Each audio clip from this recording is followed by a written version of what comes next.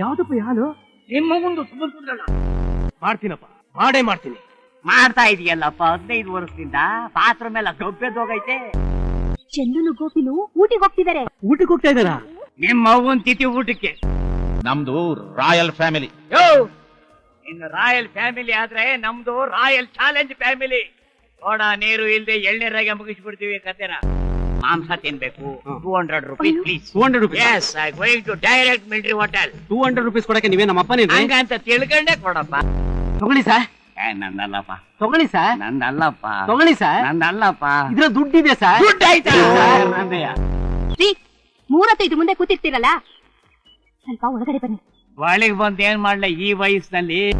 ನನ್ನ ಮಗನೇ, ಬಾಳೆಹಣ್ಣು ಹೆಂಗ್ ಮಾಡ್ತಾರೆ ಅಂತ ಕೇಳಿದ್ಯಲ್ಲ? ಯಾವ್ದ್ರಿ ಅದು ಬಾಳೆಹಣ್ಣು? ನೀನ್ 7 ಮಿಂಡ್ರಿ ಆದ್ರೆ ನಾನು